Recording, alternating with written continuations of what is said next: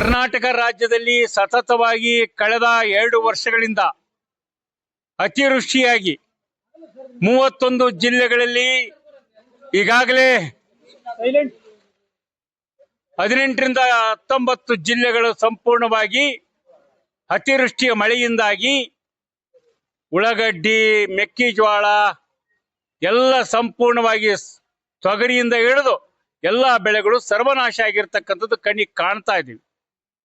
ಇಂಥ ವಿಶಿಷ್ಟ ಸಂದರ್ಭದಲ್ಲಿ ಕರ್ನಾಟಕದ ರೈತರ ಪರವಾಗಿ ಸರ್ವೋದಯ ಕರ್ನಾಟಕ ಪಕ್ಷದ ಕಚೇರಿಯನ್ನು ಇವತ್ತೇನು ಪ್ರಾರಂಭ ಮಾಡಿದೀವಿ.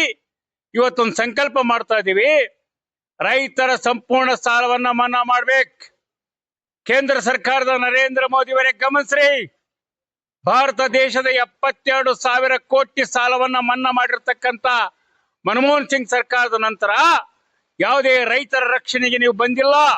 ಇಂಥ ವಿಶಿಷ್ಟ ಸಂದರ್ಭದಲ್ಲಿ ಕರ್ನಾಟಕ ರಾಜ್ಯದ ಮುಖ್ಯಮಂತ್ರಿಗಳ ಸಿದ್ದರಾಮಯ್ಯನವರು ಹಾಗೆಯೇ ಕೇಂದ್ರ ಸರ್ಕಾರದ ನರೇಂದ್ರ ಮೋದಿಯವರು ಈ ಕೆಲಸವನ್ನ ಮಾಡಲೇಬೇಕಂತೇಳಿ ಸರ್ವೋದಯ ಕರ್ನಾಟಕ ಇವತ್ತು ಕಚೇರಿ ಉದ್ಘಾಟನೆ ಸಂದರ್ಭದಲ್ಲಿ ಇಡೀ ಸಮಗ್ರ 31 ಜಿಲ್ಲೆಗಳ ರೈತರ ಪರವಾಗಿ, ದಲಿತರ ಪರವಾಗಿ, ಯುವಜನರ ಪರವಾಗಿ, ಮಹಿಳೆಯರ ಪರವಾಗಿ, ವಿದ್ಯಾರ್ಥಿಗಳ ಪರವಾಗಿ ದೊಡ್ಡ ಹೋರಾಟದ ಸಂಕಲ್ಪವನ್ನು ಈ ದಿನ ಮಾಡಿದ್ದೀವಿ.